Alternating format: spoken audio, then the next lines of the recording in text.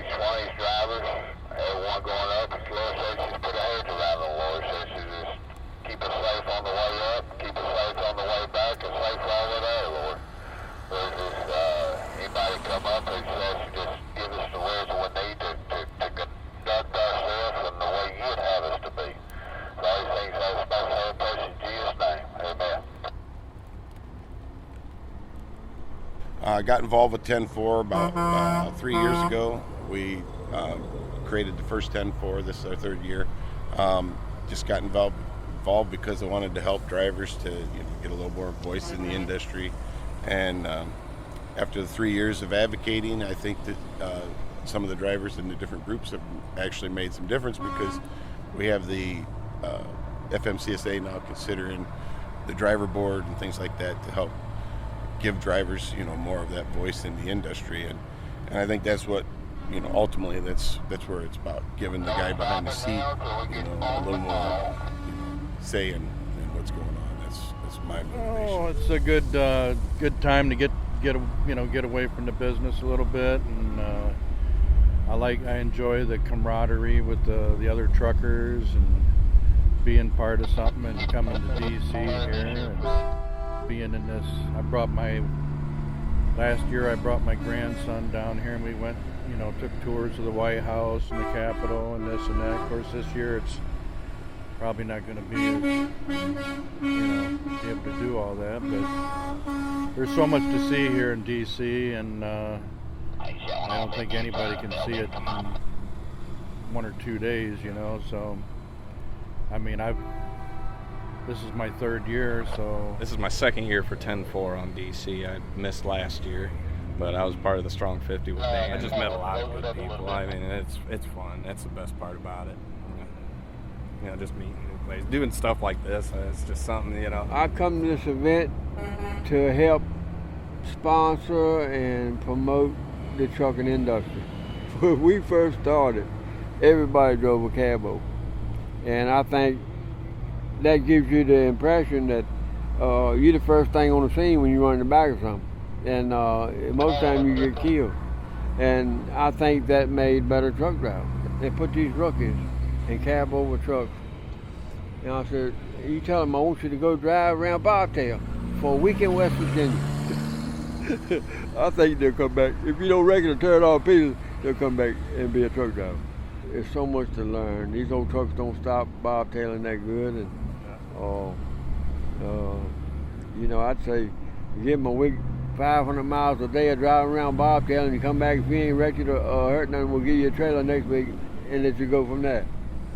But and log it, get them on the right trail. I believe that would help truck companies. It would surely it's better than taking a man that's been driving 6 months as a trainer, and you train a guy for 3 weeks and then turn him loose on the road. I got 3 kids. I got 2 girls. My grandpa, that's who gave me the bug when I was a kid. I used to go riding with him when I was, you couldn't get me out of the truck. He owned his own truck. So, I mean, I knew a little bit about owner-op and all that stuff through him, But every summer when I wasn't in school, and he'd tell me, hey, baby, you want to go for a ride? And I'm like, yeah, where are we going, or whatever. My mom would have to be calling. Well, back then they still had pay phones, and they didn't have a cell phone. Mom, she'd be like, when's he coming home? And he'd be like, when you want to come home? I was like, no, let's go somewhere else. So and then that gave me the bug, and always had to work on stuff and clean up trucks. And then my wife, her grandfather, he was a truck driver for 45 years, and he just recently passed away a couple years ago, and me and him would always talk about truck driving. And my grandpa, he was a truck driver for 40-something years when he passed, and then I got 2 daughters and a son, and hopefully my son gets the bug like I did. Well, I started off like a lot of people. In fact, the first company I drove for, we hauled junk cars. Crushed down junk cars, and then we hauled wood. And then in 1978, I bought my first brand new Kenworth and a W900, and I started hauling produce from California. And I ran from Virginia to California for 26 years. and New York City, Hunts Point Market and all that. That's where we started. I still pull reefer. I haul pork and beef for a woman out of Iowa, Illinois, and South Dakota and all, but I also have a haul from Roanoke, Virginia to Jacksonville with bread that I've been running since January, just one trip right behind the other, and I have a direct haul out of Alma, Georgia. I bring dog food back to Richmond, Virginia. So anytime I go south, I bring dog food direct back, and I sell dog food too. And I got 3 different places, convenience stores and cheese stores and stuff, where I leave trailers at. And they sell it off my trailer. And that's the extra income. I have 2 trucks and 5 trailers, and I'm the only man. And I got hooked up with BBI Logistics out of Chicago. They have all these contracts with all these major restaurants. If they have a cooler go out, like Cracker Barrel, Olive Garden, Iceback Roadhouse, all these major restaurants, if they have a cooler go down, then I'll take a trailer down so they can save what they got and till they get the cooler fixed. And that pays good. That's an extra income. And every time a tornado or hurricane comes through the area down there, I'm the first one he calls for Richmond, Virginia Beach area, North Carolina. And if I'm not home, I got a friend that spots the trailers for me with the other truck. And we'd be surprised how much we do for Walmart. You know, all the Walmart distributions have big generators, but none of the stores have generators. And you would think they would use their own trailers, but they don't. They do it all outside carrier. And they pay a flat rate of $400 a day, and whatever amount of days. Sometimes they use them, sometimes they don't. But we still get guaranteed so many days, you know.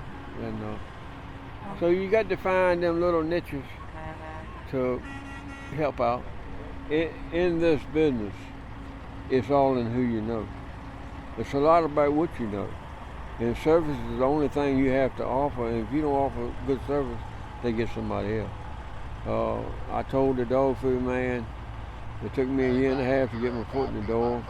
And I told him, I said, look, I know I don't look like much, but if you give me a chance, I'll show you what I can do. And I've been hauling 6 years and haven't been late with a load yet. And those people are good to me. I can go around the back of the building and load and come around the front of the building. They pay me for my freight before I leave. And you don't find that much anymore. You know, back when we first started trucking, the freight rate was on the bill of lading.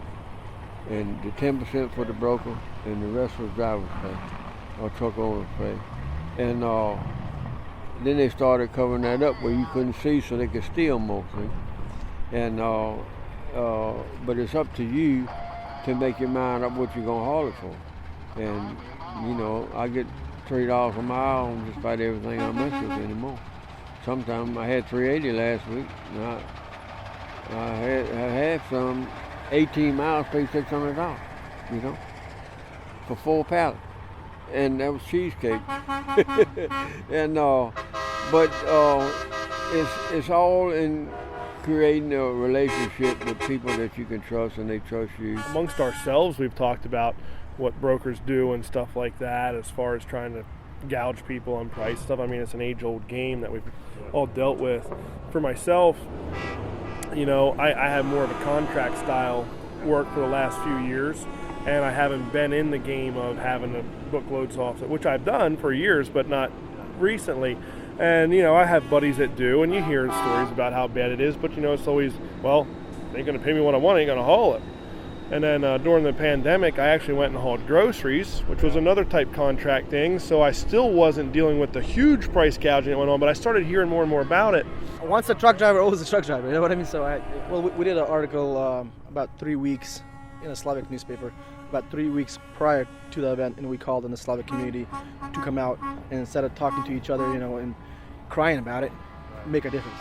You know, come out, you know, do a, you know, peaceful protest and kind of, you know, speak out and, you know, have that awareness to the public, share it where they can see exactly what's going on, and you're being price gouged. You're the ones that on the front lines delivering that food to the tables, so people can have food during this pandemic. But yet you're the one that's getting screwed in the end, and then you can pay 65 cents a mile, which you can't even pay your bills. You can't even fuel up your truck, that kind of. So that's what kind of came to my attention, and I had a lot of customers that came to me, and then they're like, dude, like, we're getting screwed, we can't pay you, we can't, and I'm like, dude, like, if it's gonna keep on going at the pace it's gonna go, I'm not gonna have a job, nobody's gonna have a job, you know what I mean? So I'm like, somebody needs to You're trying to do this job safely and make a good living for my family and I, and trying to make a little bit of a difference out here in the driver safety and give us a little flexibility in our hours of service and freedom that we all started this business for, or started into this business, because most of these guys out here don't want to work a 9-to-5 job or an 8-to-5 job. They want to do their own thing and make something for themselves. That was one of the things that got me involved back when they were implementing the ELD in 2017, when my buddy was telling me about that they were putting that in place, and it just really scared me, because I don't think it's ever good for a driver to have to make a choice between making money and being safe. We have to give them flexibility in their day. Be able to make a decent living in a decent amount of time, but do it on a schedule that I can be flexible around traffic, weather, and loading conditions.